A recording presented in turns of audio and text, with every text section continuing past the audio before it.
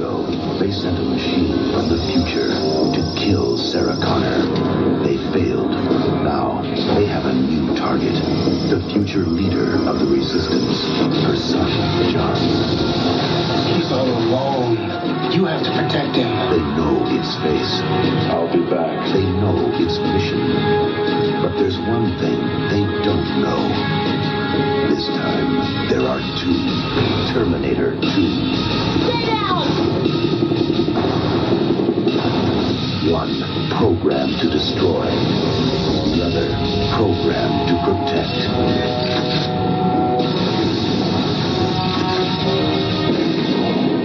Hasta la vista, baby.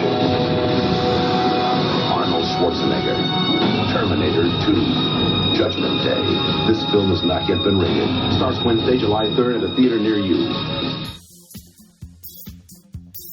Welcome back to the show, everybody. Welcome back to Sylvester. It's been a few weeks. We haven't played Sylvester in a while, but she's back, and I love this movie. Yeah, I'm excited to talk about this. I mean, I'm back. always excited, but I mean, come on, this movie. I know a lot. It's so good. Well, everybody listening, my name's Pete, And I'm Scott, and these are the movies that made us gay. Yes, indeed. Got a great movie, got a great guest. Gosh. Got a lot of fun stuff going on today. So we had writer and performer Lucas Hazlitt on with us to watch Terminator 2: Judgment Day, directed by James Cameron, released July 3rd, 1991. Welcome to the show, Lucas. Thank you for having me. You came at the recommendation of a very good friend of ours, Ashley from Keep It Weird. Yes, and indeed. any friend of Ashley is a friend of ours. Love her. I love She's her. like- I love that man of hers. I mean, Joe and those beautiful eyes. it's easy. All right. Watch it. They are beautiful, and not to gush too much about him, but they almost look manufactured. To kind of tie into what movie we're going to be talking about. Oh, absolutely. They look kind of manufactured and fabricated. I mean, you heard it here first, folks. I think they're glass. They might I think be. they're both glass eyes. Yeah, they might be. Like Sandy Duncan. I'll poke them next time. Yep. Next time We'll find out. So, I mean, right off the top, we do have to talk about the idea of this movie fitting into our kind of theming of the show. I think that for our podcast, we have the certain genre of episodes of the very specific type of action movie from the 80s or 90s that are just very hyper masculine. Yeah. And just that sort of theme just fits naturally into our show. And I mean, there's also lots of other, not lots of other, but I mean, there's very specific things about this movie that I feel like I latched onto as a kid, as like a little queer boy. Just like, I mean, I wanted to be Sarah Connor. I kind of still do. Mm-hmm. Interesting. I never wanted to be Sarah Connor. I very much wanted to be John Connor. Yeah. Very much wanted to have two big giant men fight over me. That's very much what I wanted as a child. Clad in leather. I mean, you get two members of the Village People, the cop and the Leatherman, make a very special appearance in this movie. Yeah, that's true. That's true. All right. Well, then maybe I'm alone in wanting to be Sarah Connor. Oh, I did too.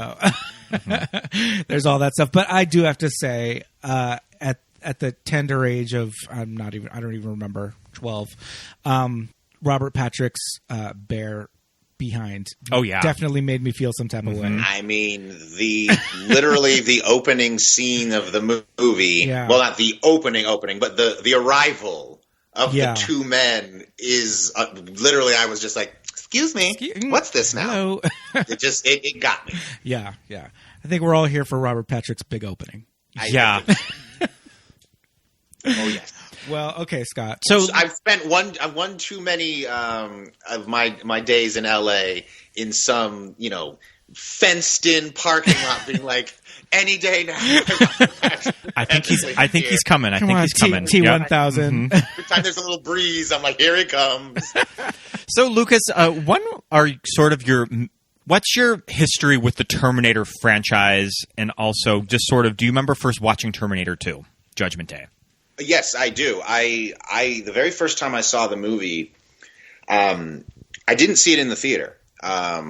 So this was maybe one of the first movies that my father had brought home from like Blockbuster. Yeah. Like, we've got a movie. And I very distinctly remember putting it in the VHS, the VCR, the VHS in the VCR, and the family kind of watching it, and I was not really supposed to be in the room watching it because this was a fucking R-rated movie, and I was 7.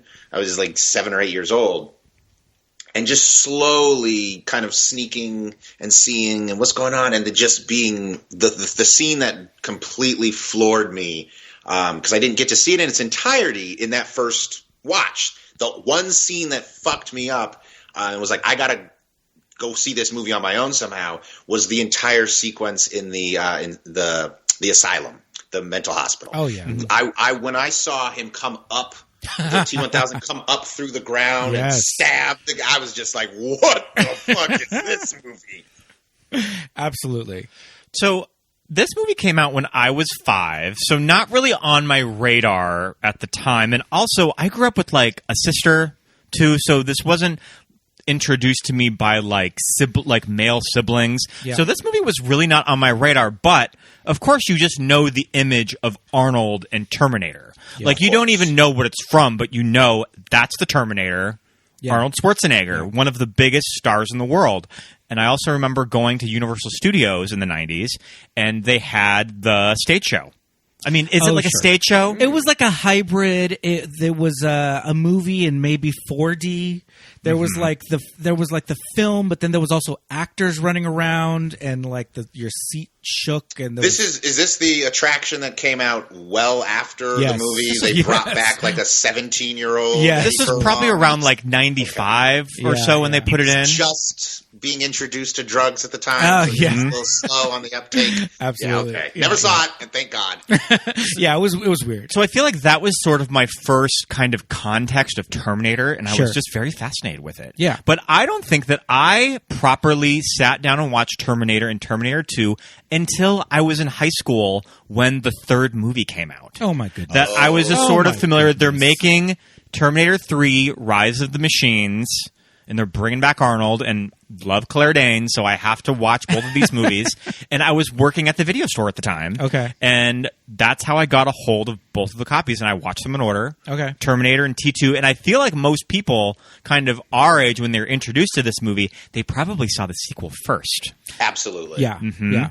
Absolutely. And the first movie was essentially just like a successful B movie. Oh, yeah. Yes. Totally. The sequel is like one of the best blockbuster pictures of all time. Which is interesting because Carolco not a major studio funding this movie. This is true. Kind of an indie as well. But, and what's the production company called again? Carolco. Carolco just sort of has this past of just these cool genre movies at the time. I mean, they did like Total Recall. Well, Arnold worked with them a lot. Arnold worked with them a lot. So I think that they kind of went belly up shortly after Terminator 2 came out. But and also when I was working at the video store, T2 came out on DVD, and it was a huge deal. So I rented this movie on DVD, and I watched it. Right on. And I was immediately a fan.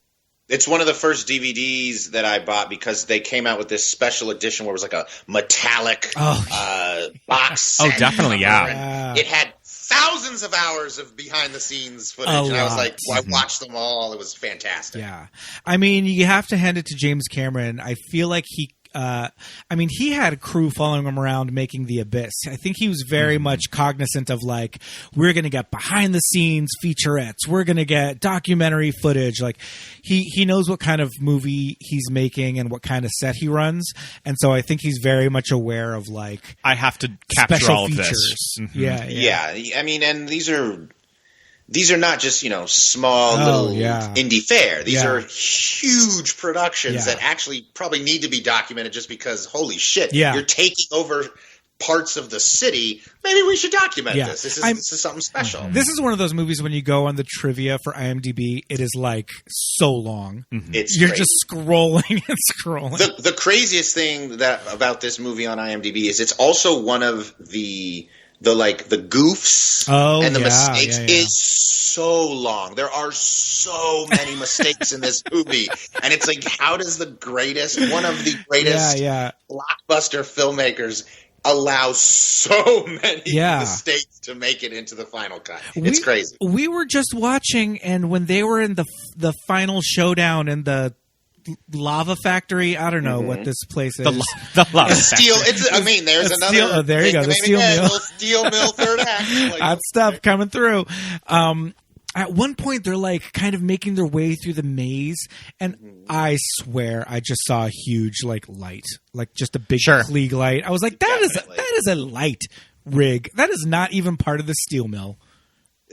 There's the scene that always gets me is in the ravine with the truck, and so like first of all, the truck hits the ground and like the front windows clearly shatter and smash out, and then literally the next moment T-1000's punching through, and it's like, wait a second, I know I just saw this window come out. And like the shape of the ledge that he motorcycles off of goes from like triangle to square. It's clear they had to do some polish in the computer. Just little things that you're like, I know you see that. Like, what are you doing? Like, I'm not crazy, am I? We all just saw that this happened. I mean, well, that's the other thing too. In today's episode, I feel like what we're not going to do is kind of do the super deep dive of like why the timeline doesn't work. Sure. And like all that shit has been covered, right? We're not going to like be unraveling or revealing like anything. What new. was sort of the thing with time travel movies that Terminator kind of came up with, of like the alternate timeline of like we're starting something completely new? The grandfather paradox. Yeah. Of like John Connor being Kyle Reese's son, and John Connor sending Kyle Reese back in time to sire him. And then when you get like Rise of the Machines and Salvation, you get these weird parallel timelines too that are kind of fractures from Terminator 2. It gets very confusing. The first movie, I just so the audience at home knows, I studied philosophy in college, and so one of the first movies that triggered that passion of overcomplicating a movie was also T2. My aunt and I were like, this was back when I was might have been 9, 10 years old. Yeah. We drew timelines on whiteboards of like diagrams. Times has the nuclear bomb gone off for the second movie to work, for the third movie to work. Because so the first movie hinges on a grandfather paradox. Right. Mm-hmm. The second one hinges on an ontological paradox, which is a slightly different paradox. The second one being about information. So like she only knows what the future holds because someone from the future comes back and tells her. But if they're changing what's happening, then the information she holds is technically meaningless because you've already changed yada yada. So the movie by force requires there to be a kind of multiverse for it to make sense. Otherwise, you then have to go the lost route of all the timelines are happening simultaneously and you just aren't running into one another. And so it's just like there's 1,000 Terminators at once, there's 1,000 John Connors, there's thousands of Sarah Connors, and so that's a little more complicated. Okay. But that's kind of what we are almost in Tenet. Yeah. No one at home is seeing me do the Tenet hand. the tent hands, yes. Well, so essentially what you're saying is that Reba the mail lady is right when she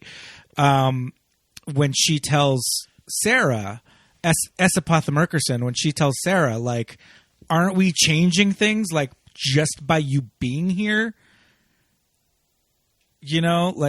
Yeah. Mm-hmm. She's right. And Sarah's like, no. We still have to go and do this. We still have to go and like blow everything. But she's like, no, you're like, just by you coming into my house and shooting my husband. Wait, did you refer to her as the mail lady? It's Reba the mail lady from Pee-wee. Reba the mail lady from Pee-wee's Playhouse. That was the fucking mail woman from Pee-wee? Oh, shit. Mind blown? Mm-hmm. I think Pete always says that out loud whenever we revisit this movie. And I'm always like, yeah, that's right. She is in this movie. Yeah. Oh, okay. See, you know what? I might have to turn in my gay card. My pull was going to be dude from Breaking Bad who plays a cop in literally everything from the 90s. Sure. One of the SWAT guys. But you're pulling deep dives into Pee-wee. Yeah. You're right. That is her. That's Reba. And that is the line read. But aren't we changing things right now? Yeah. Look, bitch, we ain't got time for this. Your husband is dying. Let's go. Like, Jesus Christ. My child has been psychologically scarred for life. And where's he in T3? That little black boy the girl, right? The son and the daughter have been traumatized. What's the news story the next day? Their dad is gone. Yeah. Well, blown up in a huge explosion. It's like, we're just going to write in one of the young girls that Robert Patrick talks to and ask them where John is. Is that supposed to be the Claire Danes character? Oh God, no! I hope not. I mean, I think that it probably I don't is. have time for this. Yeah. And now, see, that's the girl from what was that show? That spun off. Yeah, with the bunny. Married with Children. Yeah. Happily Ever After. Yeah, Unhappily Ever After. Unhappily Ever After. Yes. Thank you. It had a puppet. Words matter. Words matter. They do. Prefixes matter. Yeah. So, well, I didn't get to talk about my history. With this movie. So go right ahead. I'll throw that in there because I grew up with rowdy cousins. Mm-hmm. We watched the hell out of Terminator 1 and loved it, right? We were raised on our VCR raised us. And Terminator 1 was a thing that we had. We must have either taped it off of television or bootlegged it somehow. But we watched the hell out of it. And I will never forget my cousin, Albert, at the very end of the movie, one time when we were watching it, he was just like, man, look at Sarah. She's so buff now after, all that action. And we were like, yeah, haha, that's funny. And then, cut to 6 years later. That's the whole idea. Linda Hamilton movie, right? doing these badass pull-ups. Yeah. On that upturned bed. Yeah. So then, and I love T2 because, Michael Biehn, dreamy, right? I'm just fantastic. Loving Michael Biehn. I always miss his not in the theatrical version. Though, yeah. I was going to say he's in a deleted scene of the director's cut that they went back and put in, I think, on the first DVD release. Yeah. And whenever I revisit this movie now, I always expect that scene, and usually the stream that we're watching doesn't have it. Yeah. And I really like that scene. It's just a nice emotional touch in this movie that I think that it kind of needs. So I miss it. Yeah. Whenever I don't see it. And speaking of the first one being kind of like a indie B movie, there's a full-on hardcore love scene with Michael Biehn. Yes, with Brad Fidel's really bad piano playing over it. Yeah, man. And it's you see some titties, you see Michael Biehn. It's got her awesome roommate Ginger with love Ginger. Crazy hair, super tan, right? Ginger's that's all about fucking her boyfriend. All about fucking the boyfriend who comes out in bikini briefs to make a sandwich after the sesh. Mm-hmm. So T1 had some risque little elements in it that I loved as a young kid. We're also obsessed with trying to find the location that Kyle is running through. It's downtown, and it's where he steals his Air Force Ones. Where he steals the shoes, and we always note whenever we're walking to Precinct, we think that it's one of those stores on Broadway. Okay. Mm-hmm. Yeah. That is one thing about both of these movies. They're so LA, but they're scattered. Yes. Yeah. The narrative of where they are, 1 minute they're in Sherman Oaks, next minute they're downtown, next minute they're in Reseda. Yeah. And you're this is not how this city is outlined, folks. But that's just how these kind of movies are made. Yeah, totally. And that was definitely at a time too when I feel like you weren't really thinking, is that the Glendale Galleria or the Sherman Oaks Galleria? Is it both? Yeah, but us idiots are sitting here trying to track it down. So when this one came out, my older sister and I were very much wow, holy shit, we can't believe they made a sequel. And to kids, that 6-year gap in between, that's half our lives, right? So, to us, we were I cannot believe it took them this long to make this. And you probably weren't following the legal trouble with the ownership of Terminator, with the studio, French Canal, the Canal production company, bought the rights to it. So it was sort of a journey for that sequel to happen. Yeah. So, this movie comes around. We see it. I fall in love with it, and it just became this kind Summer of '91. Yeah, it became this kind of. It's such a cultural phenomenon. It's always on basic cable, you know, and I always had this kind of running thing my whole like teen years and in college was like, oh, if T2's ever on, like, don't call me. If T2's on, like, I'm going to be late for whatever I'm going to, because at whatever point I'm starting to watch it, I'm just going to finish it, because it's like I have to watch this movie, you know. But yeah, there are definitely very specific reasons. I can just watch it because, I mean, it's pretty great. It's solid front to back, but also, I mean, still to this day, Robert Patrick walking towards the camera in those like crazy tight uniform. I'm just like, oh my God, 4K. I mean, what as an adult, if I were putting myself back into a John Connor mindset as myself, I'd have been like, slow the car down. No need to hurry. He's coming. So might I. Riding away on your tiny little dirt bike, like, oh, you think you can catch me? Catch me. Yeah. Save me from this butch queen. I want this little twin coming after me. Yeah, absolutely. And really, the Robert Patrick look is completed when he has the sunglasses, the aviators, and the helmet.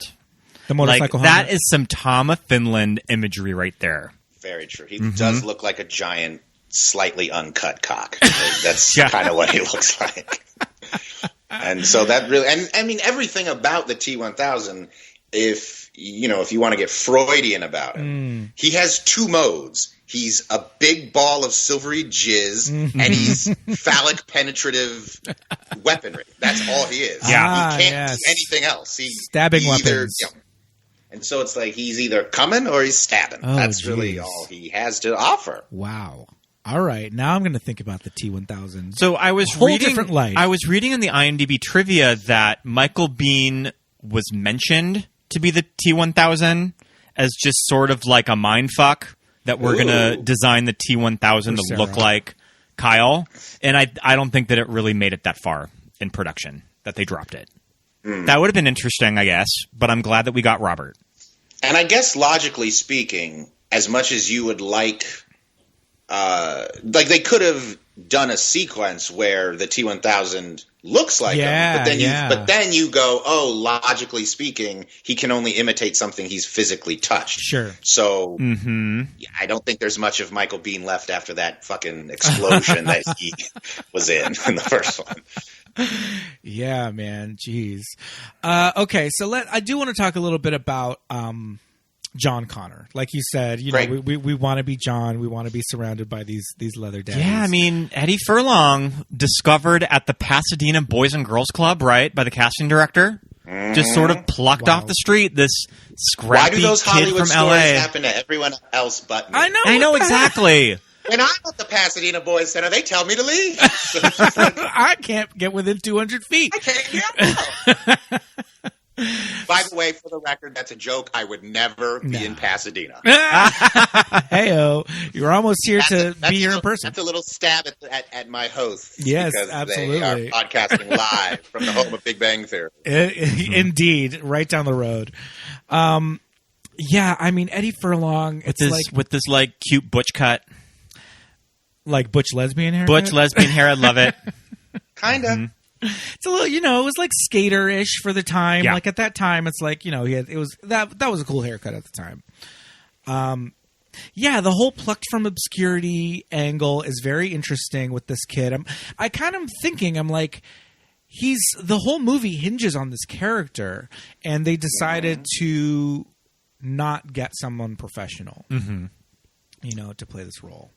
I mean, for every, what is his name? Henry Thomas, right, who comes in and just wows you and you're like, holy shit, you are Elliot.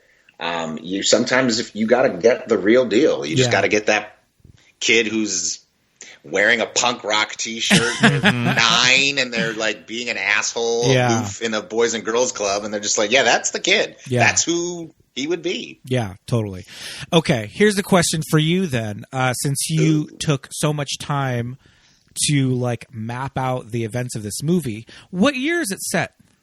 So technically speaking, it's set in 1994 because the first movie is set in 84. And T-1000, when he's reading the police profile, says that John Connor's 10 years old. Born around and 85 are on my age. Yeah. Okay, that makes sense. So we are supposed to buy that Eddie Furlong is playing 10.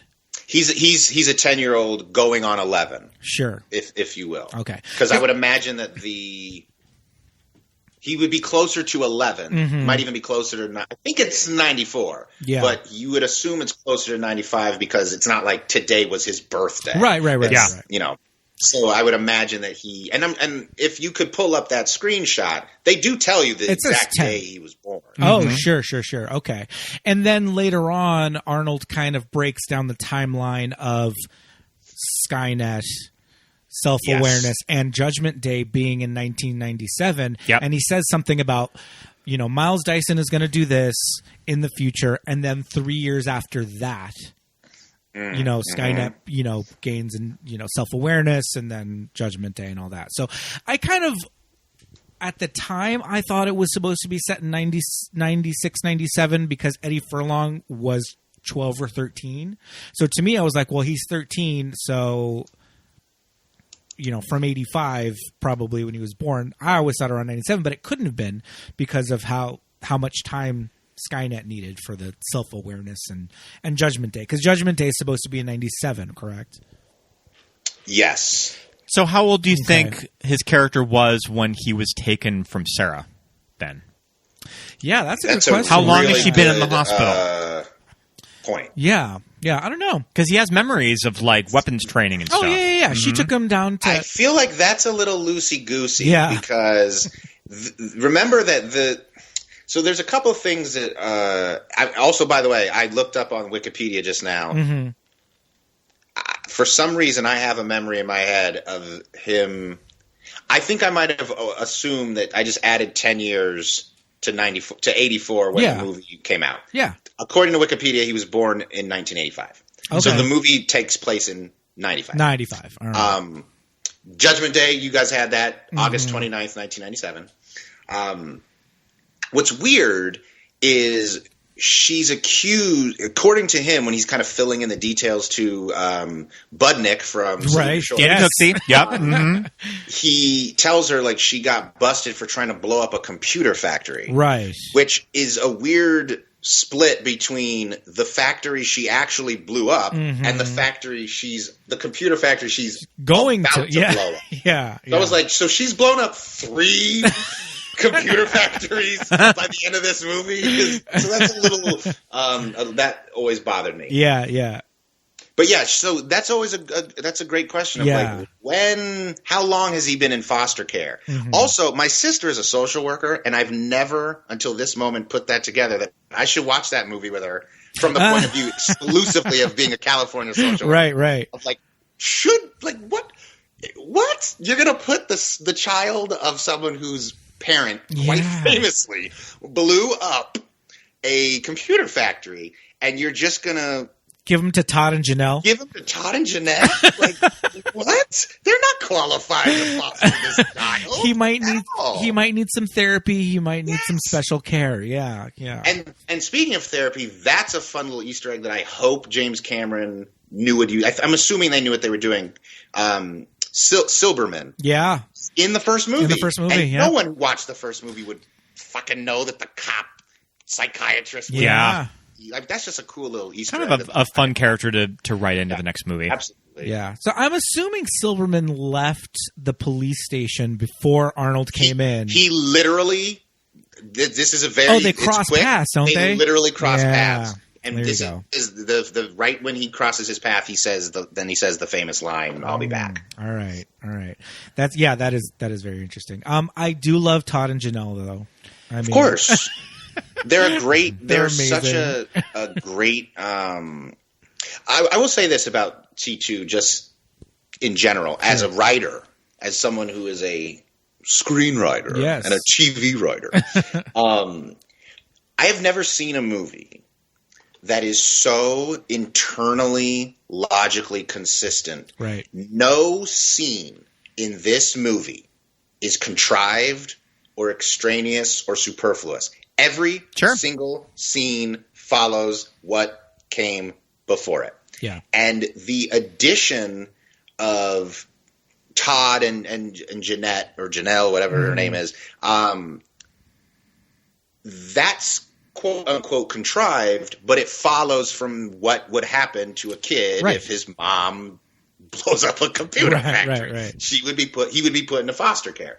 And so the fact that even those side characters that kind of get disposed of so quickly, you give a fuck because those characters are trying. Like they give a shit about John. and they, it's interesting. Not a single wasted person in that movie. And it kind of informs the character of John, that John says that his foster parents are assholes, but he makes Arnold check up on him. Yes. So it kind of informs that this kid does have a moral compass to him. There's a shitty screenwriting phrase for that. That's the save the cat. Yep. He literally, or in this instance, save Wolfie. Yeah, Wolfie. Or Max or whatever. First of all, can we talk about two things? Okay. Two things. You're telling me. All right, hold on. Let me really phrase this. Sure. I gotta frame this perfectly so that this makes most sense. There is a moment in the movie where Arnold Schwarzenegger is sewing up Sarah Connor. They just escaped the gunfight. This is their moment in the corral where they're just they're in a garage, and this is the downtime moment of a movie right after the big shootout, the big escape. And John Connor very childishly and innocently asks, "Do you know what you're doing?" And he says, "I have detailed files on the human anatomy." Right. To which Sarah Connor says, "It makes you a more efficient killer." And he's like, "Affirmative." Right. However, he did not understand what was wrong with John Connor's eyes when water was coming out of them. Meaning you didn't have information about lacrimal glands, buddy.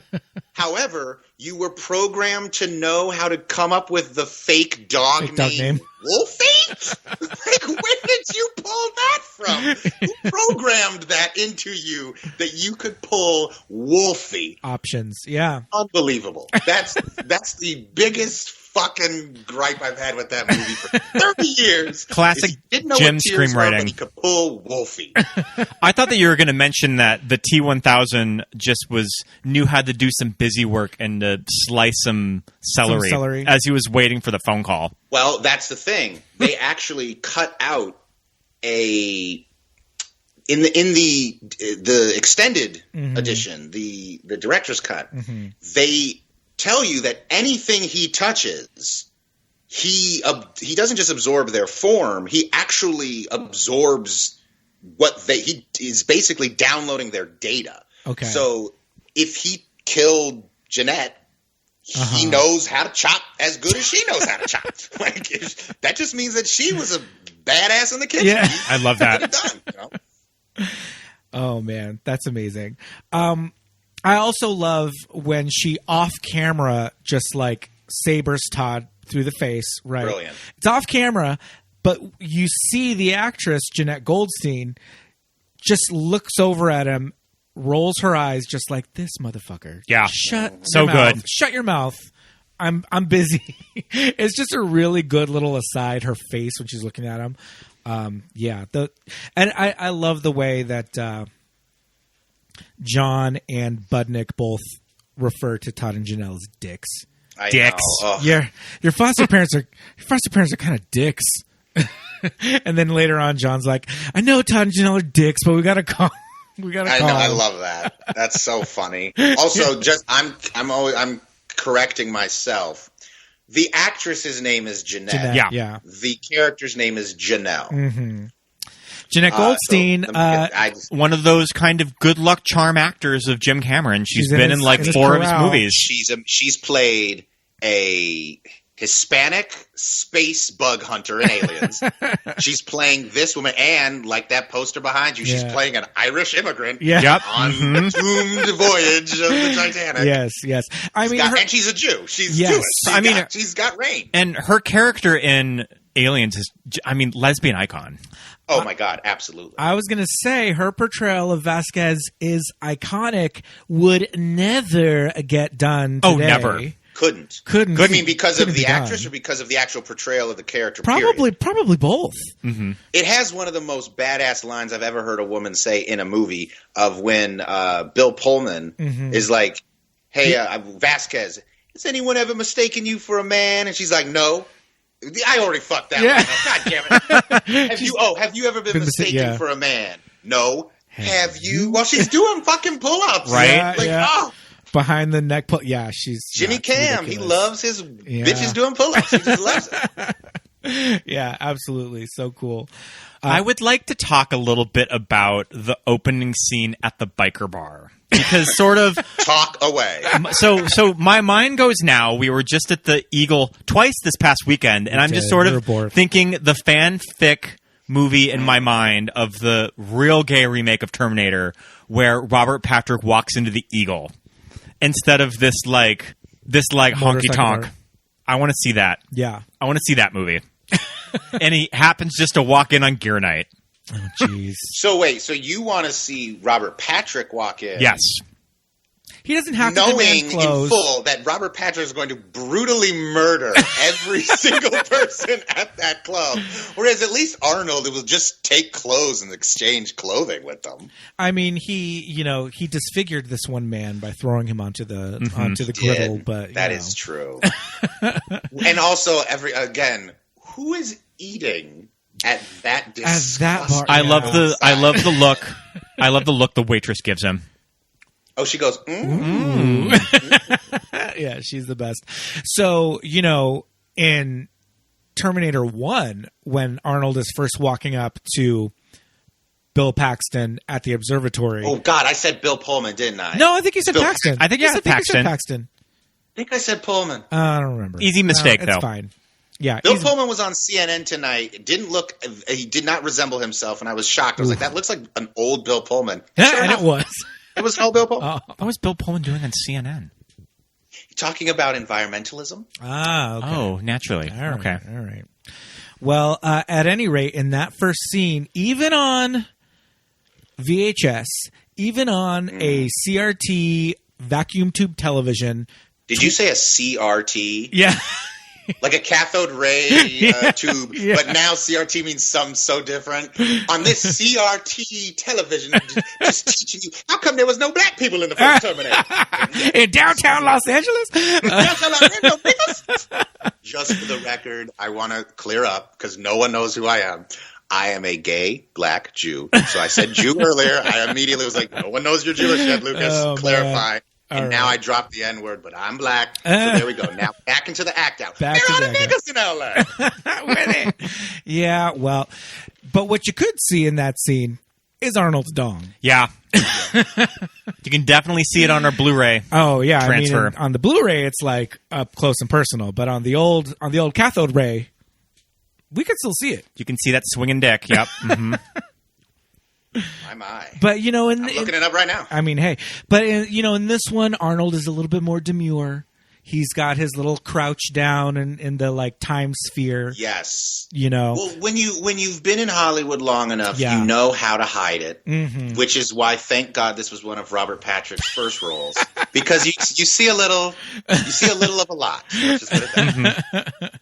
Yeah, so that's the thing. In this movie, the first thing we see is Arnold in this crazy biker honky tonk, and you're just like, all right. And it's the impression that he's nude. You're like, okay, we saw a little bit more in the first one. Now he's the bigger star, so he doesn't really have to show, the good stuff. But then when we get to that 6th Street Bridge, oh my goodness. And I mean, shit, Robert Patrick, that little teeny body, that 26-inch that little Robert Patrick frame. I mean, look, the reason why I chose this movie to talk about is because of that scene. Yeah. Literally, again, I'm 7 or 8 when I see this, maybe even 9, because technically speaking, I saw it the first time on VHS, but then I watched it a million times later. I distinctly remember the first 2 erections I ever got in my entire life. The first erection was in an episode of 90210 when Dylan and not Brenda, Kelly. who was Jenny Garth? Brenda. Kelly? Jenny Garth. Kelly. Jenny Kelly. Kelly, Thank yeah. Dylan. Notice how I memorized the man. Yeah. Not the woman. Had no need. Not the blonde lady. But Dylan and Kelly are in the pool cheating on Brenda. Yes. Because Brenda's in famous, Brenda's in France. Because she's in France. Yep. Mm-hmm. And this is the infamous, like, it's always been you. I always choose you. And for some reason, the violation, the disloyalty, the distrust turned me on. That was my very first direction. All right. My second one was Robert Patrick, and I was just like, I don't understand. This is a guy. This is a man. This is a man, and I'm attracted to this man. I just would always rewind it and be like, I'm touching my penis as a kid. This murdering vessel of death, and I was like, I don't understand what's happening to me. It's like that movie might not have made me gay, right? But it sure did reveal that I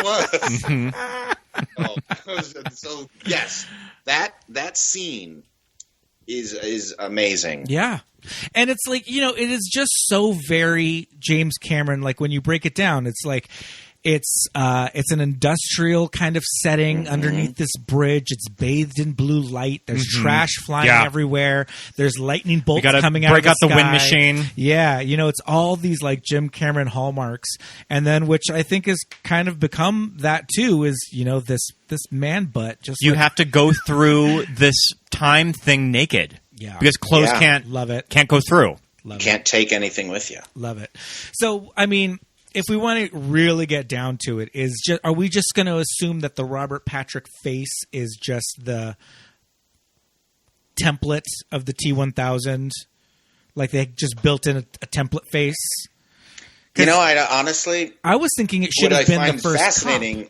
Is the first person he kills kind of is also a Twinkie cop. And so I always felt that they were taking that. Yeah. But then also they have that cute little scene at the mall where the mannequin that he walks past is also silver. Yeah. Which I've never seen a silver mannequin before, so that was interesting. Yeah. But he gives that thing like a little wink. But yeah, I guess if Arnold is just a mass-produced Terminator, which, by the way, is not what they told us in the first movie. No. Because in the first movie, the Terminators were all different dudes. But I guess in this new future, because technically speaking, it's an offshoot of that the one. Terminator they found was Arnold's remains. Yeah. So maybe in that new version of the future that we're dealing with in Terminator 2, it is all Arnold. Because that's what Skynet And don't they go into stuff like that in Terminator Salvation where you meet the scientist that came up with the Terminator? And it's Arnold. And it's Arnold. And it's like, and she's played by Helena Bonham Carter. Oh, right?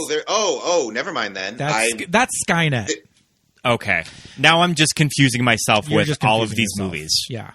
There is because I did not watch after Terminator 3. Yeah. I didn't watch any. I watched some of the TV show on Fox, which I do believe a guest of yours, Thomas Dekker, was just on Thomas last Dekker week. Yeah. was I think in the show. Did he play John Connor? He did. He played John Connor. And I think he played. I mean, I don't know if at the time he was if he was out at that time of his career, but. He gave at least, now looking back, he gave me the John Connor I always wanted, which was a confused little gay twin running around L.A. with his mom, just longing for that burly man to show up in his life again. Yeah, yeah. And we also had Brian Austin Green as Kyle Reese's brother. Oh, Yes. I've never seen the Sarah Connor Chronicles. I'm telling you, Sarah Connor Chronicles. Yeah, has some menses. The first thing I remember in that show that I loved from a narrative standpoint is that they to jerry rig the timeline. Right. They just had them skip. Yeah. And it was like, oh, that's how John Connor survived. He didn't exist when the nuclear bombs went off. He skipped them. Yeah. Whereas the third movie, oops, kind of, ruined that. And then the fourth movie, the technical fourth movie, did truly one of the most atrocious things I've ever seen happen at the beginning of a movie. I remember I almost walked out. I had to literally be physically restrained to finish the movie. Which one was that? Terminator Salvation? So when I say 4, I mean like chronological timeline 4. Oh, okay. I don't count Bale and all that shit. I don't count the one where they with Game of Thrones chick Amelia. Yeah, I'm going straight to the whatever duel. What is it? Duel of the Fates? Fate of the Fury? Fate, yeah. I don't remember. Yeah, the one with Linda Hamilton. Yeah, sure. The one with Linda Hamilton doing her best Jamie Lee Curtis. Yes, absolutely. And she was dope. Yeah, but the fact that literally right out the gate, you're going to murder John Connor. The CGI John Connor, yeah, that was crazy. I'm like, no.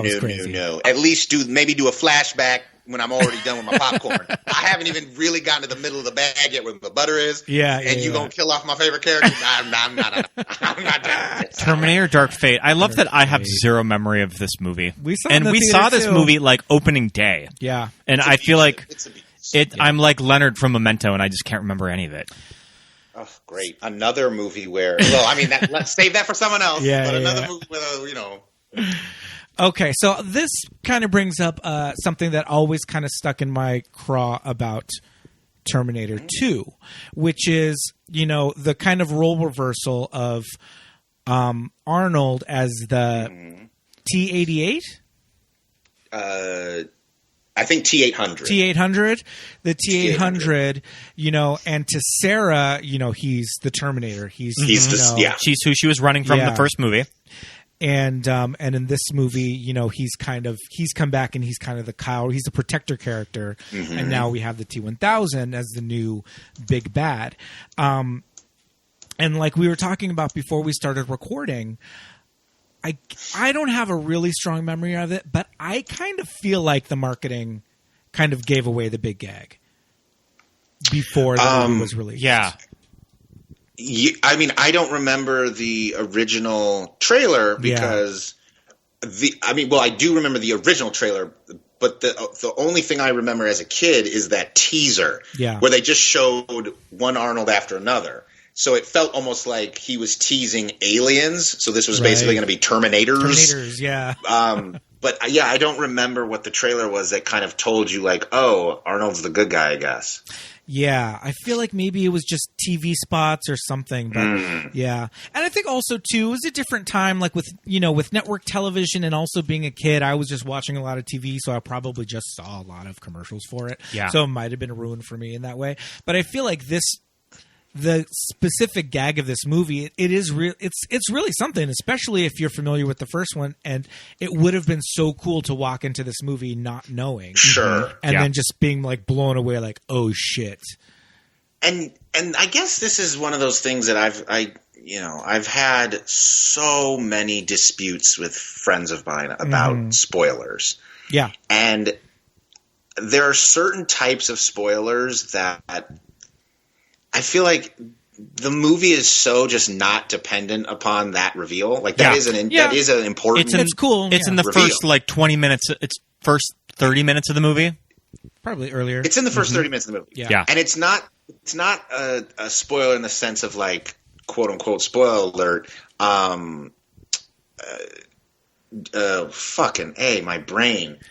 Janet Leigh getting killed at the beginning of Psycho, or Scream killing off Drew Barrymore. Mm-hmm. The idea that Arnold is the good guy, I feel it was at the time must have just been like for people that truly went into it naked was just like, oh shit, yeah. But then you got to deal with the rest of the movie, which is so much. But this is an example.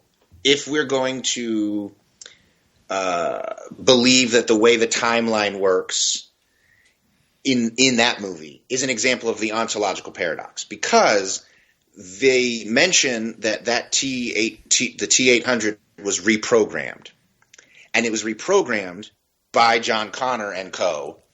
to appeal to John Connor. Right. But it only would appeal to John Connor following the events of T2. Right. He wouldn't. So none of that, the fact that they sent the T-800 literally should have said, don't worry, you don't die.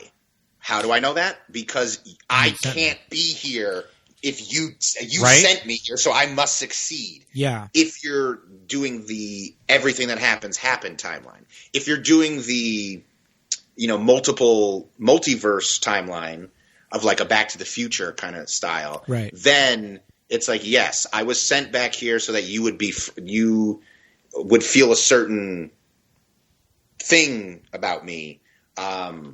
Is kind of, it introduces an interesting ontological paradox of like, oh, well then I think everything works out. Right. So at some point, if the T-1000 were to have caught John Connor and like snap his neck, then does Arnold just disappear Back to the Future style? Yeah, I don't know. I mean, Skynet never really, it was not really clear what their physics endgame was. Yeah. Because is it like Tenet, where if he actually got away with it, the universe just ceases? Yeah. And also, by the way, Tenet, I know. which I loved, but still, eye-rollingly loved. How do we think that one little guy on the planet Earth can undo the whole universe? You don't think there's time travel shenanigans going on all day in this big fucking thing? I mean, is Nolan a Ball little of self-important? I don't know. I was not a big fan of Tenet. I feel like I was just kind of confused in the entire movie, and it just didn't really add up to anything for me personally. Couldn't get into it. The only reason why I bring that movie up is because I literally watched it yesterday for the 2-2-2-2-2 palindrome Sure. watch Tenet. And this movie, T2, which also would have worked yesterday, Yeah. I was referencing because as I said earlier, from a writing standpoint, the scenes just, if this, well then this. And because of this, well, now we got to do this. And because of this, we got to do this. It's a puzzle that really fits together well. It's beautiful. Mm-hmm. And Tenet is more of a, if this, then this. But what if we crash a plane? And then you're like, oh, okay. And then it gets a little bit logical. And then there's, but what if I got inverted? And you're just like, well, Nolan, a slow unravel. Don't tear the, anyway. Yeah. This movie, T2, was very well organized in terms of how they get from beat to beat to beat to beat. Sure. It's brilliant. Sure. It is a brilliant script, but also every now and then you just kind of, Jim Cameron throws out some, I don't know what you would call them. It's just those Jim Cameron screenwritery moments that just kind of, when you watch it now, just kind of make you roll your eyes. What are they? What are they? Because I mean, pretty much a majority of Eddie Furlong's dialogue feel like it was written by like a 37-year-old man in 1990. Like him in the car, teaching him how to talk. Yes. Yeah, that's fair. that's fair. Cliched things like, it's a boy and his dog movie. Sure. Yeah. Like you gotta have. Some it's that type of movie where you have Eddie Furlong say, "We got company." Yeah. Mm-hmm. Yeah, I was going to say the little cliched things like we got company, John talking to himself and saying like, come on, John, get a grip.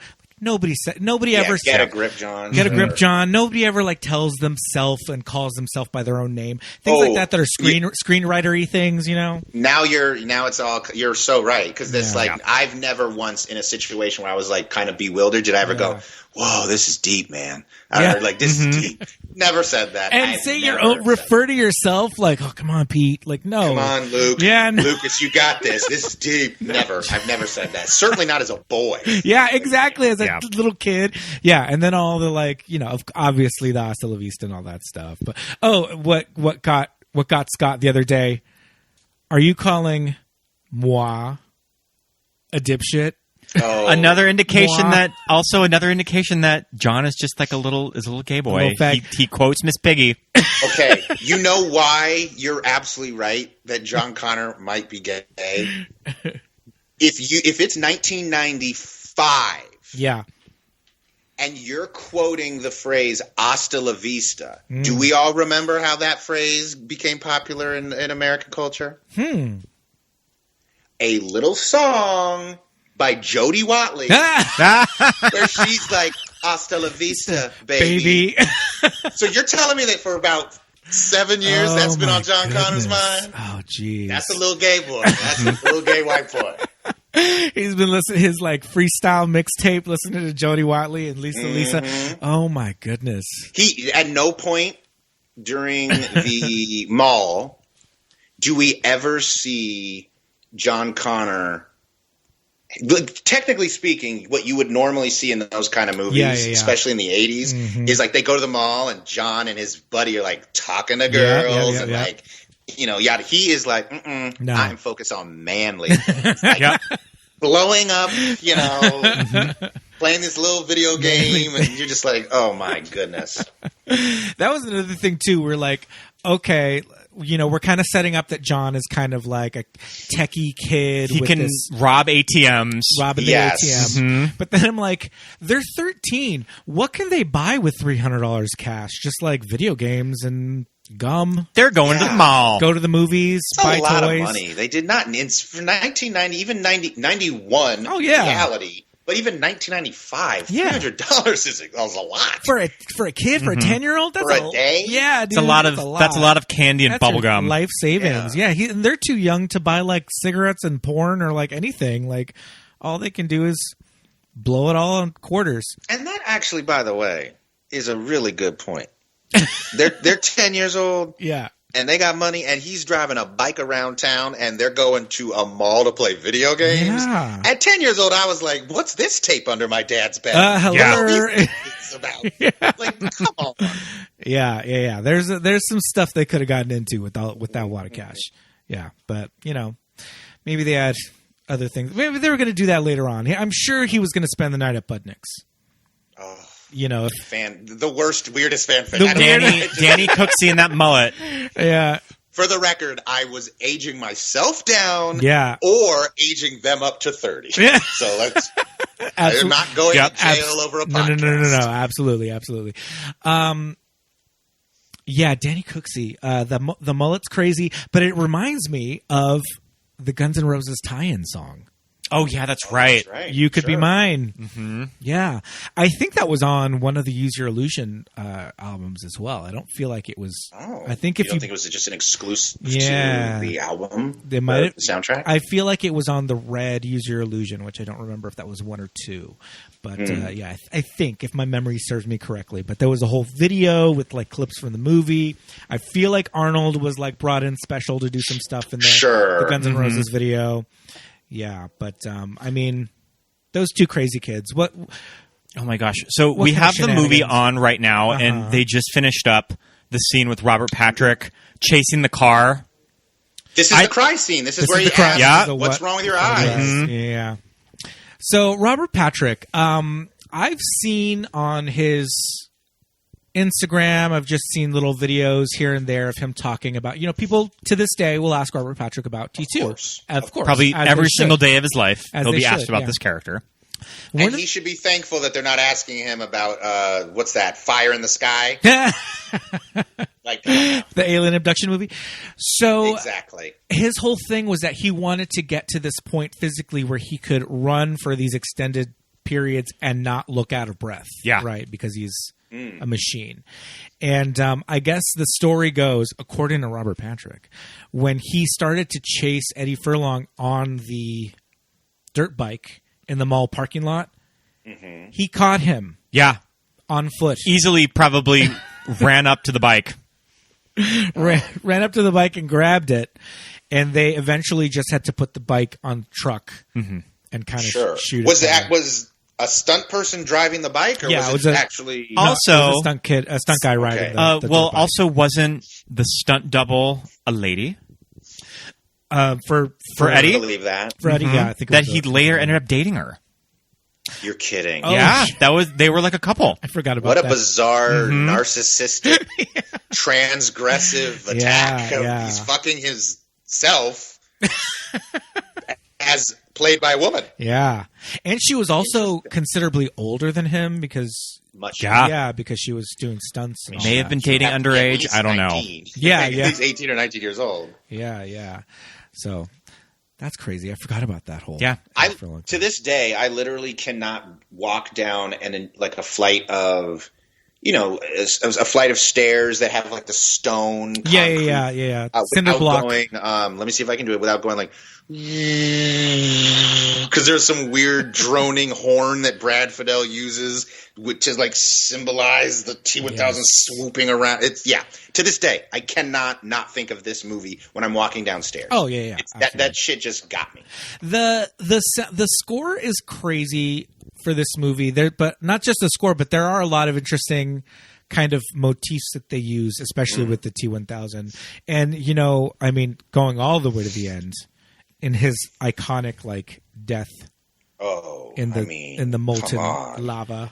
Well, wait, the T-1000's death T-1000. or the thumbs up T-800's death? I'm talking about the T-1000 both. where he like roars like a lion. Like yes, and they're playing there. It's like the a horns. whole bunch of horns that they're like warping, and it's like, and you're like, what is happening? Absolutely. That image of Robert Patrick frozen is so fucking cool. That scene was on right before we hopped on the car.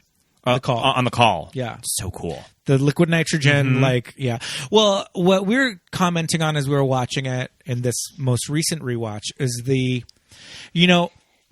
obviously this movie was groundbreaking for a lot of things, but one of the biggest things is the CGI, right? Yeah, this is one of the first movies that had a full CGI character, right? Mm-hmm. And so I think we have this idea in our head that there's a lot more CG in this movie than there actually is. Mm-hmm.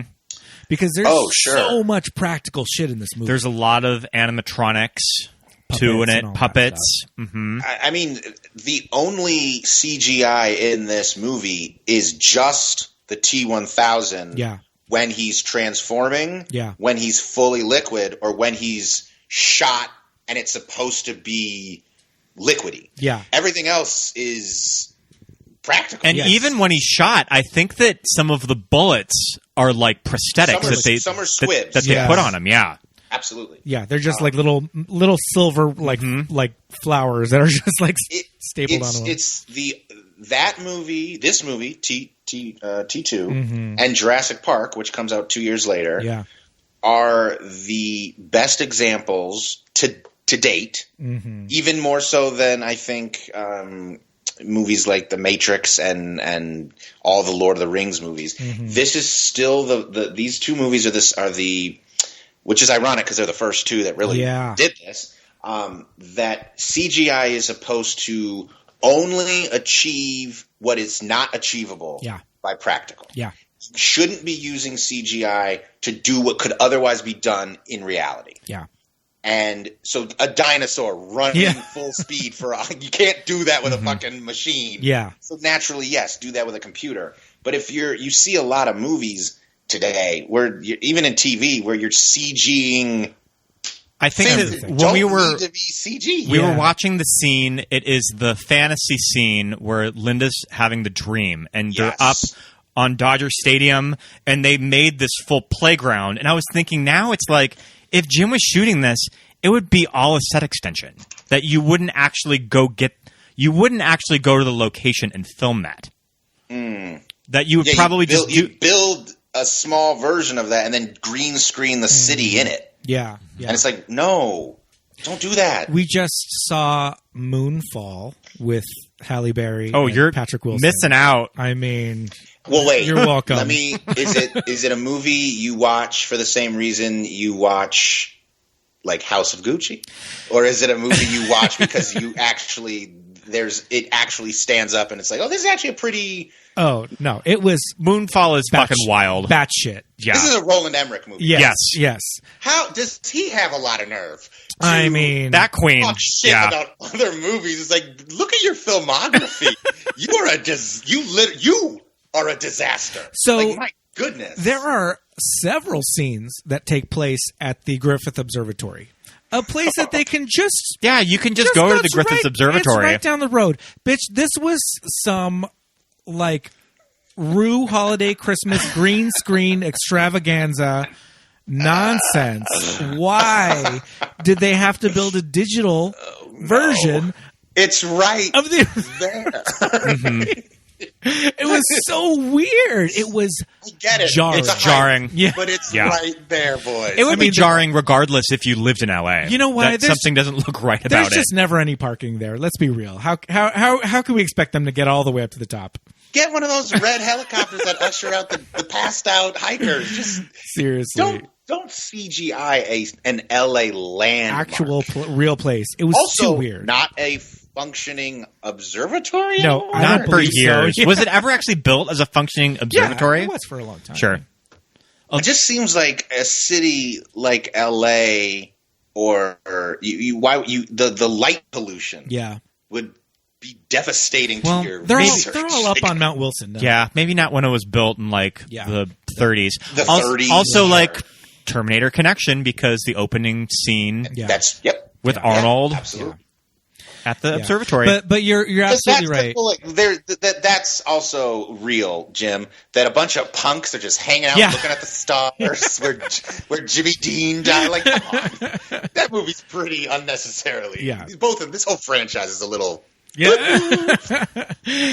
yeah. But you're absolutely right about the idea of this movie and Jurassic Park specifically. Also, Death Becomes Her. And Death Becomes Her. Death Becomes Her in 92. Sure, Yep. that seems to me to be the triumvirate Yeah. of practical and CGI Yeah. is Spielberg, Zemeckis, and Cameron. Like those three guys nailed it Yeah. from 85 to 95. Like they. Yeah. I mean, Forrest Gump is another example of like using CGI just to do what you literally can't do. Yeah. You can't saw off what's his name? Gary Sinise. Gary. Gary Sinise's Republican legs. Oh, my goodness. Do you think Gary Sinise looked at all that blue around his legs and was like, "Make it red, Make it red. I'm a Red stockings or I'm walking. Like, you cocks. But, talking a little bit about the quote-unquote mistakes in this movie, there are certain things that after you've watched it for 30 years... A million times. and it's when Arnold shoots the T-1000 point blank in the face, there's a split second that you can see the puppet before it splits open, Oh, sure. Little things like that. There's the one shot of the T-1000 flying the helicopter with 3 arms. Yes. But I don't know if that's on purpose or if that is an actual gag. Okay. Like he's literally created a third Sure. arm to pilot. He has a lot. pilot, He has a lot to do in that helicopter. Yeah, he does have a lot. He multitasks. Yes. He's very. But here's the thing that's funny because the later Terminator movies, I think, actually do a better job of this. Is you're an advanced machine from the future, and you still have to manually, like, you can't Right. like just liquid Put your into hand- the yeah. helicopter and become the copter. You Right. actually have to steer the fucking thing.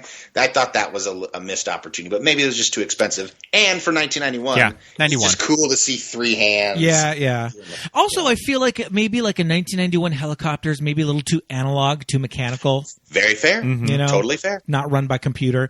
So, yeah. But I mean, that's the thing, when you watch these movies for 30 years and they're on TBS in the afternoon and you're Sure. just like, I'm just going to put this on while I'm, like vacuuming or tying my shoes or whatever. Sometimes these little things just stick out. I at you. think this But I is love it. sort of why Jim never went back to these movies. Is I think that just making T2 was just probably such a fucking handful that they wrapped and he was like, all right, I'm done. I'm never coming back to this material ever. Yeah. You can write me a big fat check when like the sequel comes out, but Sure. I'm not directing another movie. I mean, it's one of the things that you glean from the special features of that special edition 1999 2000 whenever that came out DVD is you learn that this movie took an incredibly long time to make. Yeah. And there are scenes like the big Skynet shootout.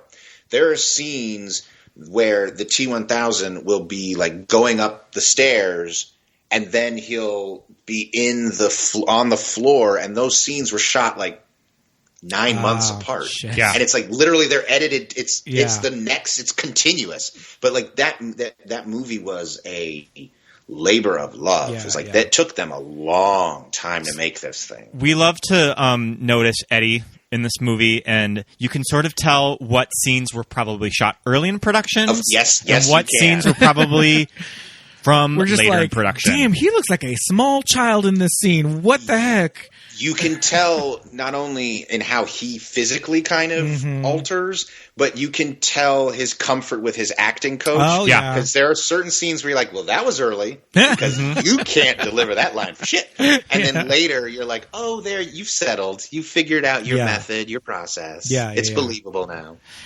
What do we think of his no fate but what we make speech? And I think it begs the question that was raised earlier. How much time did he actually spend with his mom before she got busted? right. Yeah. Because why is she like at what age of a 10-year if you're 10, Yeah. when are you telling your son such a heavy concept that was only told to you on this one night 10 years ago? No fate, but what we make ourselves. It's just like, well, when were you told that? Yeah. Because that's a little heavy It's to be giving a child that age. Yeah, and he's just like, oh yeah, it's just this thing my mom used to tell me. He's not, he doesn't seem like resentful about it. He's just I remember that. Sarah just seems like a very intense mother, though. So very. And also, she had a string of boyfriends. Yes. yeah, I mean, she probably, hooked up with some army guys that could Was teach her a lot of this stuff. Was she fucking Enrique? She was definitely fucking Enrique because notice how Enrique's wife is always in the background. Yeah. Hovering around Sarah. Was very excited to see her show up. He does literally say, I'm not going to do it verbatim because I don't remember the line exactly, but he mentions just stop by and fuck up my life. He's broken up Sarah Connor has broken up a happy home. True. This is true. Yeah, because she does mention or somebody mentions other guys that she's been dating, things like that. When does he talk? It's him. Yeah, He and the Terminator having that. I think you might actually be on the scene. Oh yeah, right now in your look home. at I think so. I love those passed. sunglasses. She doesn't have them on right now, but she has some cool sunglasses. Oh yeah, with the side flaps on them. Oh, I love it. Yeah. I mean, this is a performance that should have cracked the 91 Best Actress race. If you look at some of the movies and the performances that every once in a while get nominated now. Oh yeah, you're 100% right. Yeah. And it's like it's a masterful performance and it's that like, she gives in did this. Bette Midler really need to be nominated for The Boys? No. Put in Linda.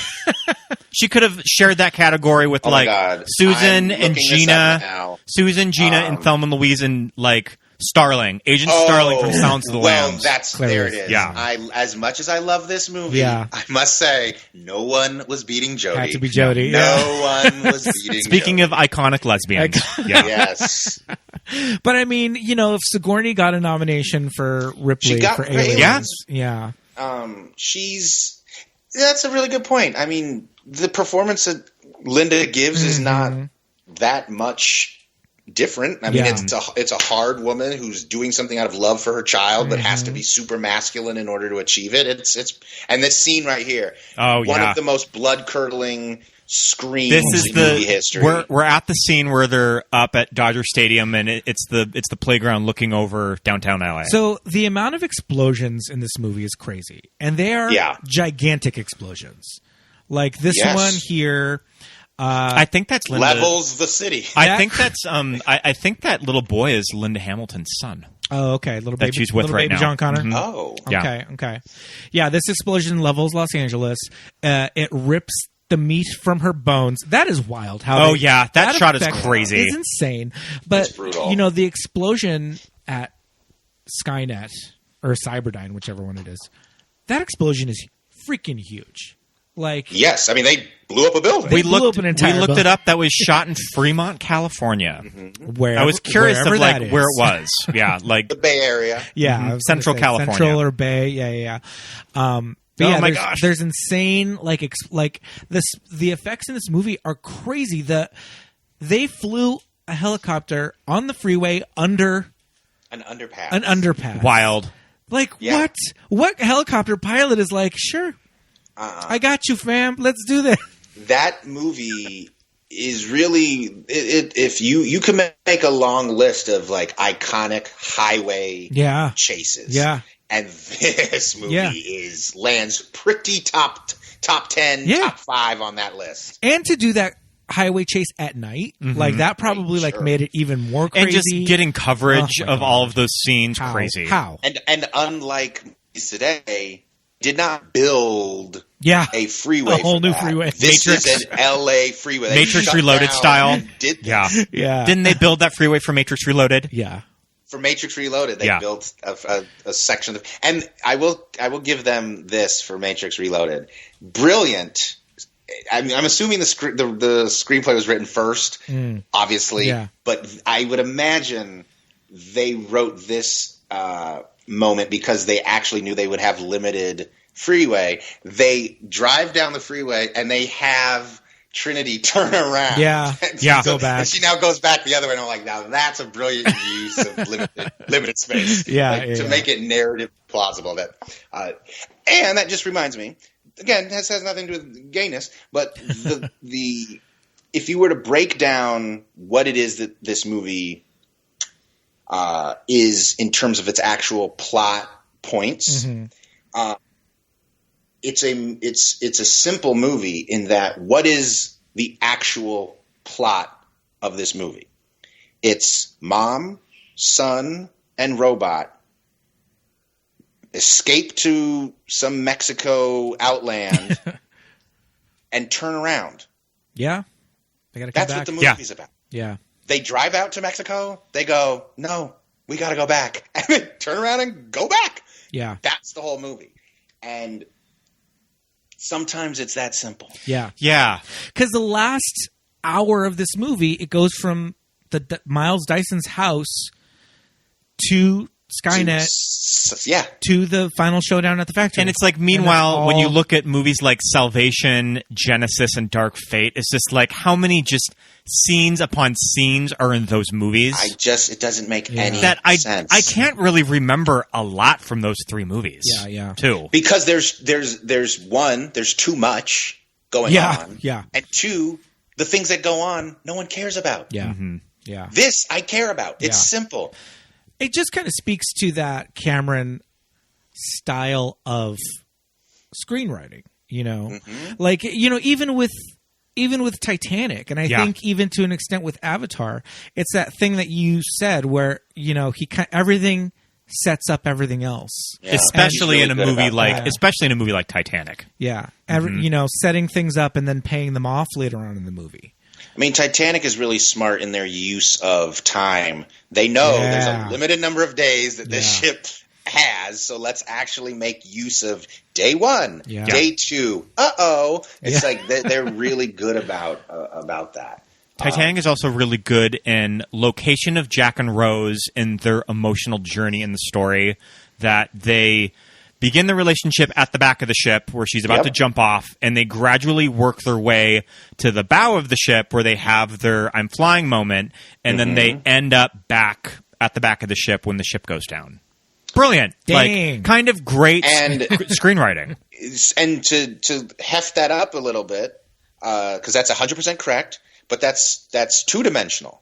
Yeah. Now add the third dimension. The lower they are in the ship, the happier they are. Yep. They get all the way into fucking storage, and they're fucking and making love. When they're on the fucking top of the ship, it's misery. Constant pain and suffering is happening up there. So there's narrative is ship length, and emotional growth is the depth. And it's as if he's smart. What? I mean, and then there's all the other stuff where it's like, how much credence do we give to the Jim Cameron as a iron-fisted tyrant? But running the thing about the iron-fisted tyrant is that he's done everyone's job on a movie set, and he can probably do it better than those people can. That's true. Yeah. I think when you work for Cameron, I'm assuming going in, I'm only hired to do this for the moments that Jim's not doing it himself. I'm a proxy. That's what I'm here to do. Jim can't do the computer. I'll do the computer. I'll do that. Yeah. I think that's very spot on. Yeah. Who's the B movie? Roger Corman. I mean, Roger James Corman. Cameron just came from that school of DIY movie. Yeah. That Roger Corman just sort of created this niche for. Yeah. Well, I mean, is that who taught him how to marry his leading ladies? Yeah, and also your producer too, Gail Ann Hurd. Yeah. We haven't mentioned Gail. He leaves Gail for Catherine for Linda, Oh my god. Linda for Susie Amos. Yeah. And she's going strong, baby. Yeah, man. How has that one lasted? Shit. I don't know. She's going to be the one that inherits it all. Yeah. I think it's because if you look at the movies he's done since Titanic, it's like you can't bag Sigourney. Like she's a little out of she's too precious. Yeah. Michelle absolutely. Rodriguez, that bitch is going to put up with James Cameron? I don't think so. Oh my goodness, that's amazing. I love that. Gail Ann Hurd, how about that shit when you watch movies like Terminator 1 and it's just producer Gail Ann Hurd, period. That's badass. There was a Netflix movies that made us. Right. So this is movies that made us gay. Yeah. This is movies that made us. Period. And they do an episode of Aliens, and that is one of the narrative through lines of that episode is that Gail Ann Hurd had to the British crew did not understand a woman is the producer, and she was like, "Oh, you will understand, motherfuckers. You will understand." She's a Later, she's that's where that leading lady, Sarah Connor, gets her oomph from. Is you look at Gail and you're like, oh, you're Sarah Connor. Like you are the producer version of her. Yeah. Tough. Later reunited with Linda for Dante's Peak. She produced Dante's Peak. And there it lies. Okay. You're only as good a producer as the script and the director. And your director. I love Dante's Peak though. Well, I love the scene where the grandma burns to death. Oh my goodness, the grandma in the boiling. She's too much. I love her. Yeah, the grandma was an asshole the whole time. Did she have it coming? Maybe. That's for our Dante's Peak episode. But I mean, this movie's insane. T2. Yeah, it's so like good. it's. I think the other thing too is that we take a lot of it for granted. You know, like I said, we take the CGI for granted, but it's been around for so long and it's always there, always on that we're just kind of like, oh, T2, this is great. But when we really break it down like this is when you're just like, fuck, man, what went into making all this for us to be able to just like make stupid gay jokes about it? It's such a fun, I mean, I love it though. I can't say really perfect because there are flaws in a movie like this, Yeah. but it's one of those things that the movie's so good that they could never really make a sequel work after this movie. It's because it's just like, where do you go from here? Sure. Yeah. Of course. And you want to talk about it was smart of James Cameron to cut the original ending. But you want to talk about one of the gayest, most saccharine endings ever.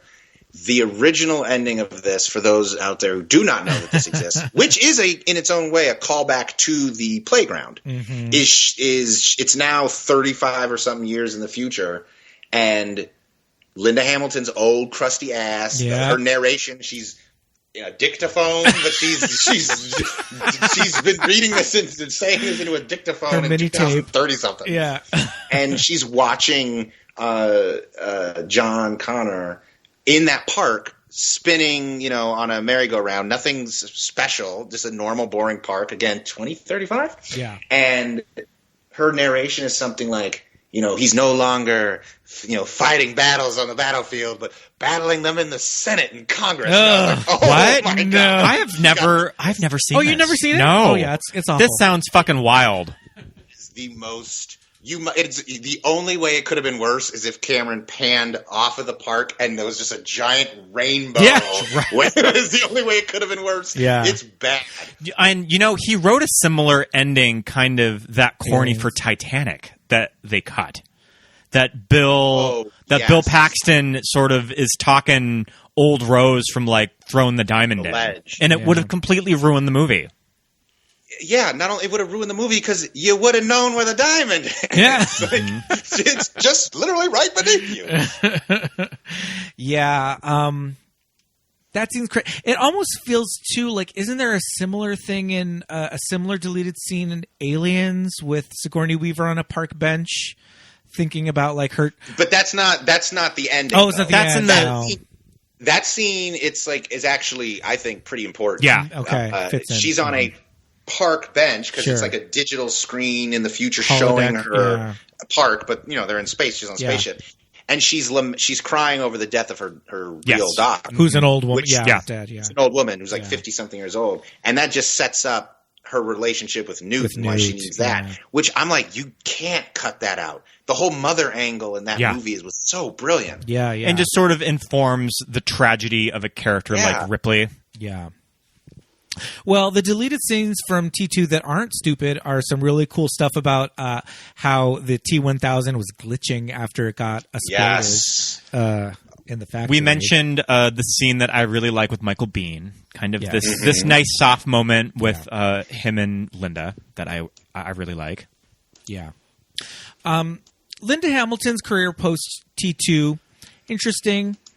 She got Beauty and the Beast. Got a good couple seasons out of it. Got a good syndication. So she probably got some. Was Beauty and the Beast before T2 though? Oh, maybe I think it was I think it was a T2. little before. Oh, maybe it was. It was like 88 I think it was or like something. 88. Yeah, Maybe you're right. Well, she did get Dante's Peak. She got Dante's Peak. Yes. That was her comeback, if you will. Her fierce. She was like her fierce town mayor. Mayor of this town with like She a little she runs hop, like a general store. but is also the mayor. Eddie Furlong. I mean, he's had his troubles. Yeah, that's a shame. It is. I mean, Detroit Rock City dated They did Natasha Lyonne for a Natasha Lyonne. Yep. Yeah. Dated Paris Hilton for a little bit. while. Oh wow! How about that?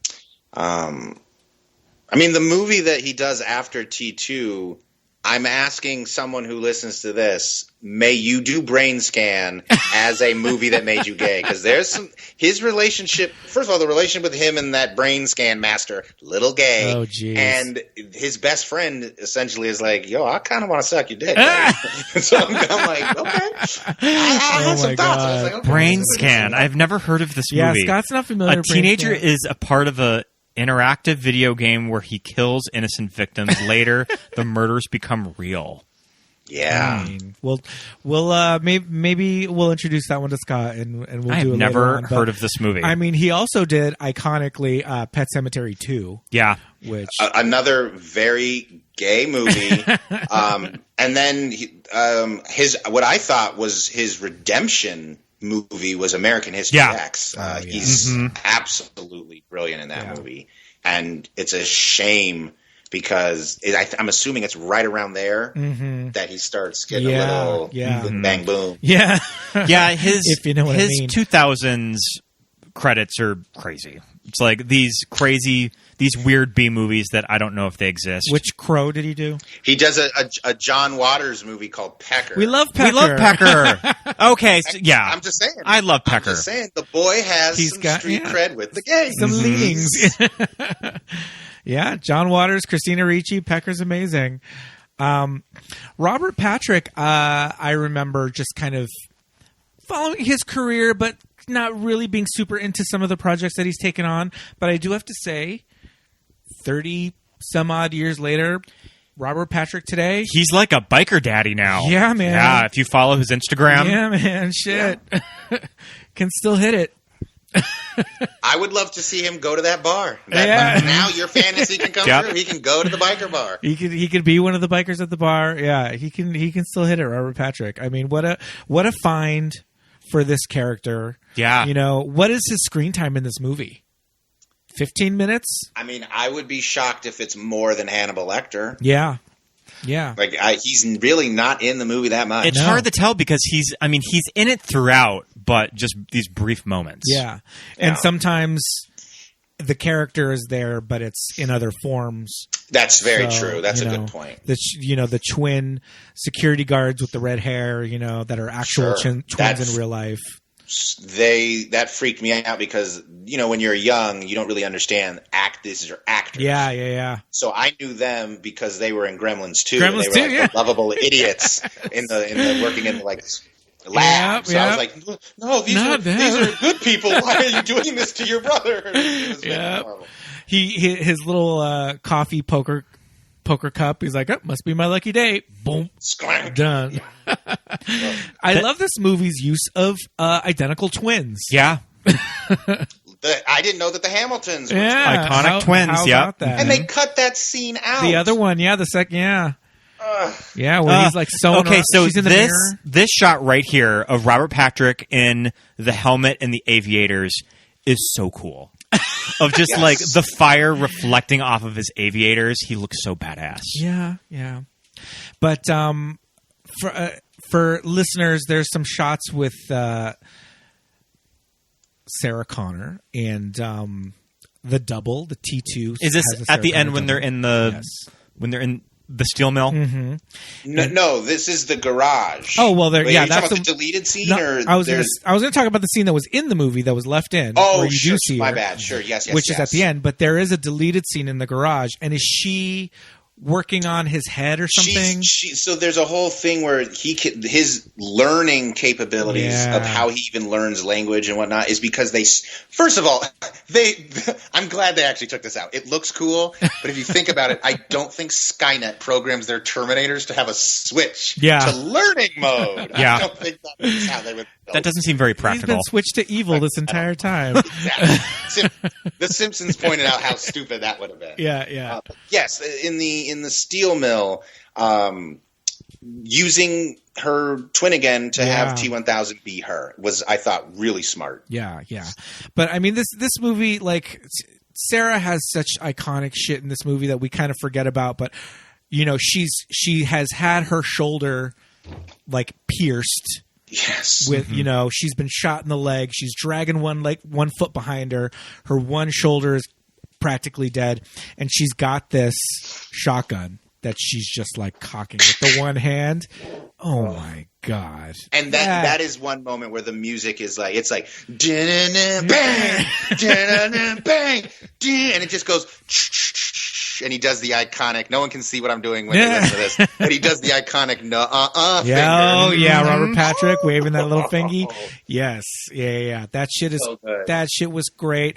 Arnold cocking the rifle, spinning it around, that John Wayne shit Love right it. there, like all that stuff. And it's like, yeah, that stuff's put in there for probably like the straight dudes, but it's like, hey man, I'm still loving this shit, man. Yeah. If it shoots, It's so cool. Look, And I bet there are very few movies that would make a pacifist fag go like, I want a big ass gun and I want to go to the desert and I want to shoot bottles. Yeah. That movie did that. Yeah. Like, that movie looks cool. Absolutely. The only thing it's missing is I wish that Sarah went back to the big buns from the first movie and saw her waitress friend. You're dead. You're honey. dead, honey.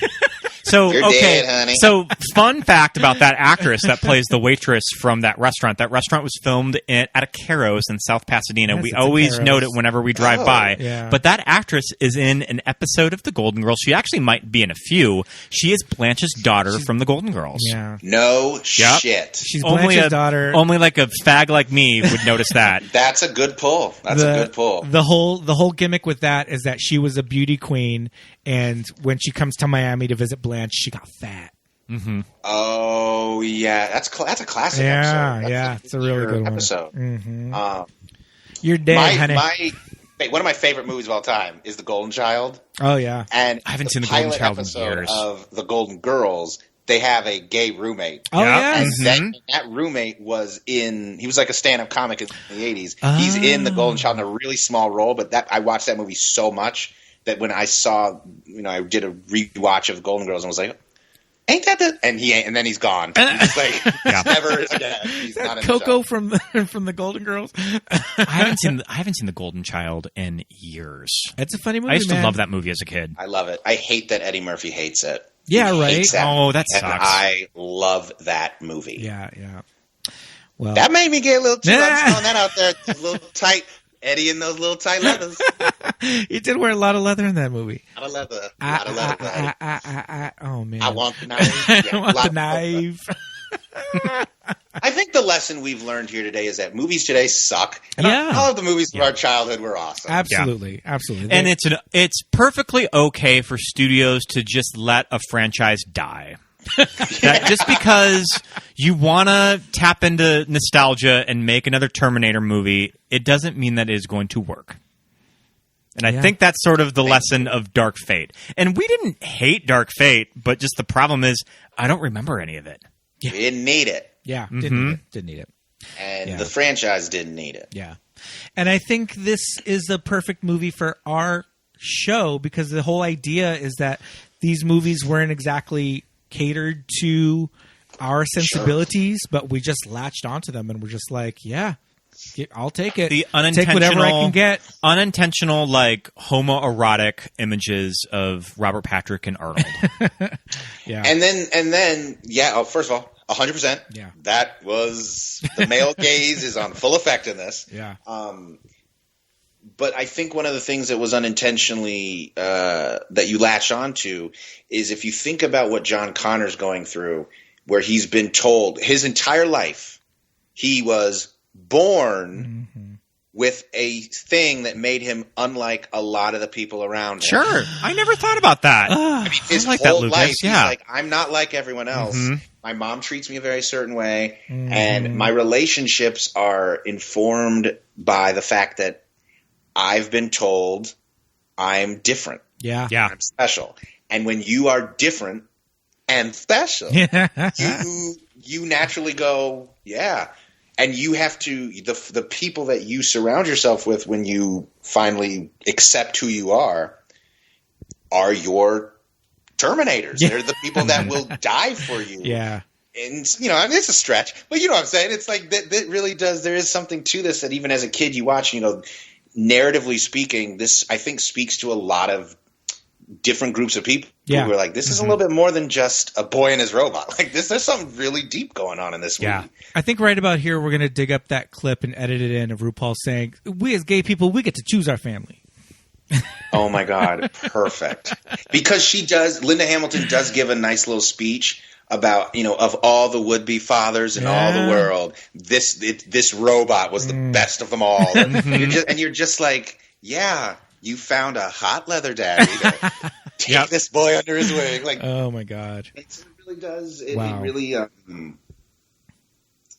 it's a really special movie that I think speaks to all the kids out there that literally are just like, I don't belong. Yeah. But yet, I'm not losing my humanity. I'm not angry about it. I actually gain my humanity, particularly by my proximity to something that's not human. Yeah. God, there's that philosophy degree being put to you. Well, what an eloquent way to put it. And I love it. What a great way to wrap up this episode, man. Thank you so much, Lucas. I'm glad that Ashley texted me about you. Yeah, this was a lot of fun. To come on the show. Any chance to talk about my two favorite subjects are movies and gay. All right. You did mention in our message exchange that you are like a crazy Nightmare on Elm Street fan. I mean, Nightmare on Elm Street's my favorite movie and movie series of all time. We've done two Nightmare movies. We've done Freddy's Revenge and Dream Master. So, Freddy's Revenge makes sense. Yeah. I am going to go back and listen to Dream Master because I would love to hear how that movie made someone. Yeah. Was it a girl? Because there's some lesbian kind of. No, it was a guy. It was a fellow homo. I mean, one of my favorite himbos in all of horror movies Dan. is Alice's boyfriend Dan. Yeah. Fair. Yeah. I think we just really latched onto Alice. Yeah. And, she's pretty Alice fierce. And her friendships and I don't know. And the otherness of Alice as a little weirdo. Yeah, I was always sad to see Kristen Parker die. I know. I loved her from Part 3 so much. Same. And Joey and Kincaid. Now you want to talk about a little fag act. Joey and Kincaid were up to no good. Yes, indeed. We found some boudoir photos of Joey. We found some sexy photos of that one. Erotica of Joey. We can do this off the podcast. Yes, we'll pass those send away, please. But in the meantime, we'd love to have you on again in the future for something. So I will keep my mind open about movies that made me gay. Definitely. Thank you so much. Well, of course. Thanks for coming on. And until next time, it's time to bid you adieu. Bye, man.